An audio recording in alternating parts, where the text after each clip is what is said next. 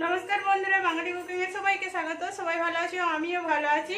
এখানে পুজো হচ্ছে, ঝাঁঝ ঘন্টা বাজছে, গান হচ্ছে, পাশে যতটা পারছি আমি আওয়াজ দিচ্ছি।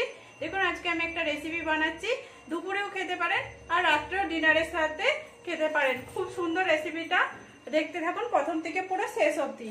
দেখা শুরুতে একটা লাইক দেখবেন, ভালো লাগলে সাবস্ক্রাইব করে পাশে থাকবেন। এখানে আমি 3টে টমেটো নিয়েছি, বড় সাইজের টমেটো নিয়েছি। টমেটোটাকে আমি পুরো কেটে নিচ্ছি। দেখুন এখানে আমি 4 ফালি করে কেটে নিচ্ছি। ছোট করে কাটলেও কোনো অসুবিধা হবে না। দেখুন এরকম করে আমি কেটে নিচ্ছি সবগুলো। দেখুন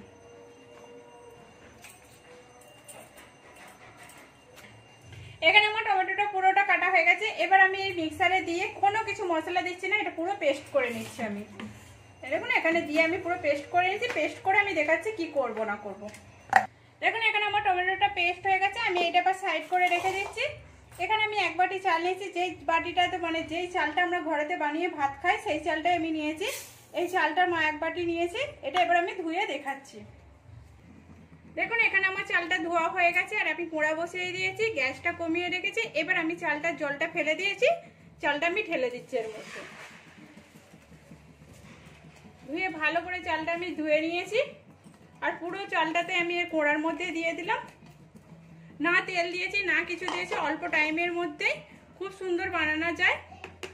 আর এখানে যে আমি টমেটোর পেস্টটা নিয়েছি, এখানে আমি জল দিচ্ছি না, এখানে যে টমেটো পেস্টটা নিয়েছি সেটা আমি দিয়ে দিচ্ছি এর মধ্যে।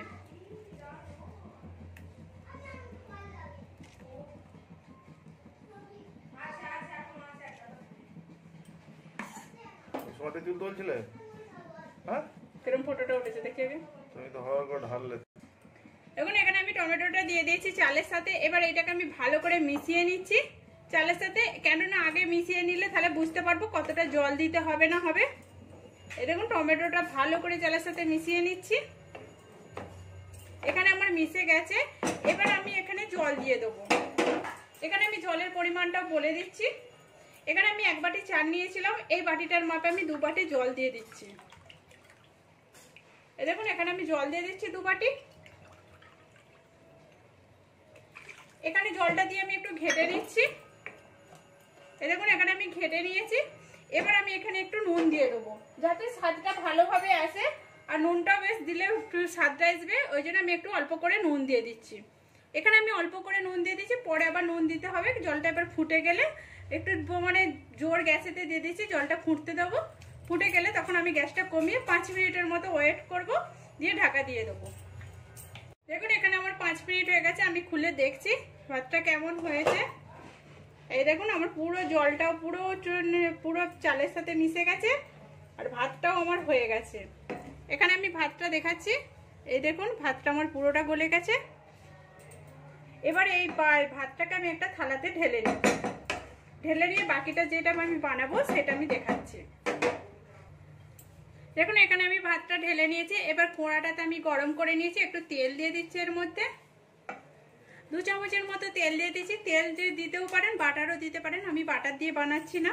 কেউ যদি পছন্দ করেন তাহলে বাটার দিতে পারেন, কোনো অসুবিধা নেই। বাটার দিয়েও যেরকম টেস্ট আসবে তেল দিয়েও সেরকম টেস্ট আসবে। দেখুন তেলটা আমার একটু গরম হতে দেবো। এখানে আমি 1/2 চামচের মতো সরষে ছিল, কালো সরষে, আমি এটা দিয়ে দিচ্ছি।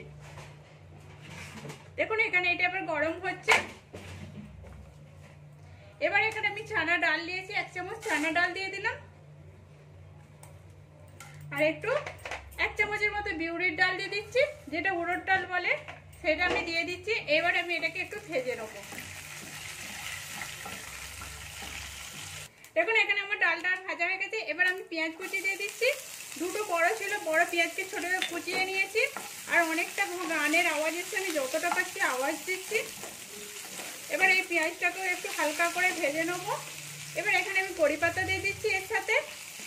আর একটু আমি কাঁচা লঙ্কা দিয়ে দেবো। 2টো কাঁচা লঙ্কাকে কুচি করেছিলাম, এগুলো আমি দিয়ে দিচ্ছি। দিয়ে আমি ভালো করে নেড়ে নেবো এর সাথে। পেঁয়াজটা খুব ভালো করে ভাজবো না, আমি হালকা নরম হতে দেবো আমি। দেখুন এখানে আমি ভেজে নিচ্ছি এরকম করে। আমার পেঁয়াজটা অর্ধেকটা ভাজা ভাজা হয়ে এসে এবার আমি 1 চামচের মতো রসুন আর আদাটাকে গ্রেট করে নিয়েছি। এটা বেটেও নিতে পারেন, কোনো অসুবিধা নেই। এটাকেও আমি ভেজে নেবো। যেইটা পেঁয়াজটা বাকি আছে সেই পেঁয়াজটাও ভাজা হয়ে যাবে আর আদা রসুনের কাঁচা গন্ধটাও চলে যাবে আমার।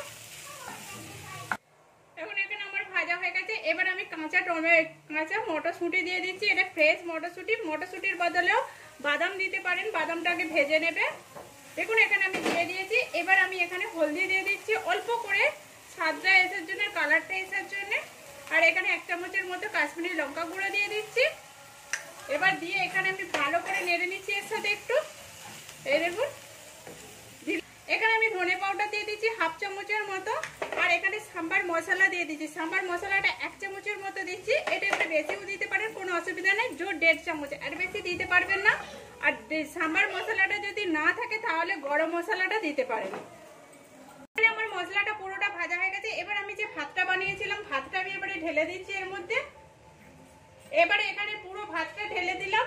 দিয়ে এবার এখানে আমি একটু নুন দিয়ে দেবো, কেন আমি আগে নুন দিয়েছি, তবু আমি হালকা করে নুনটা দিয়ে দিলাম। দিয়ে এবার এটাকে 3-4 মিনিটের মতো আমি নেড়ে নেবো এর সাথে, মশলাটার সাথে ভালো করে মিশিয়ে নিচ্ছি। এই দেখুন এখানে খুব সুন্দর টেস্ট লাগবে, খেতেও খুব সুন্দর, কালারটাও কত সুন্দর আসছে। এখনই কালারটা কত সুন্দর আসছে। টমেটো দিয়ে যে এত সুন্দর রেসিপি হয়, না খেলে আর না দেখলে বুঝতেই পারবেন না। এই দেখুন পুরোটা আমি ভালো করে মাখিয়ে নিচ্ছি এর সাথে, মশলাটার সাথে। আর সেন্ট আসছে পুরো। দেখুন এখানে আমার পুরোটা কমপ্লিট হয়ে গেছে। উপর থেকে আমি কিছুটা ধনেপাতা ছড়িয়ে দিচ্ছি। এই দেখুন এখানে ধনেপাতাটা আমি দিয়ে গ্যাসটা বন্ধ করে দিয়েছি।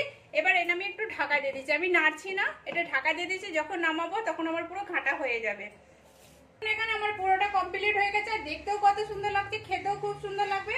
ভাতগুলো আমার পুরো ঝরঝরে একটা একটা হয়েছে। এই দেখুন কত সুন্দর লাগছে, কালারটাও খুব সুন্দর আছে। প্লিজ আপনারা এরকম করে বাড়িতে বানিয়ে দেখুন, কেমন হয়েছে সেটাও কমেন্ট করে বলবেন। ভালো লাগলে একটা লাইক করে, শেয়ার করে, সাবস্ক্রাইব করে পাশে থাকবেন। একটু যদি পছন্দ হয়ে থাকে প্লিজ সাবস্ক্রাইব করে আমার পাশে থাকবেন। প্রচুর গান পাচ্ছে, আমি যতটা পাচ্ছি আওয়াজ দিয়ে তোমাদের সাথে শেয়ার করছি এই রেসিপিটা।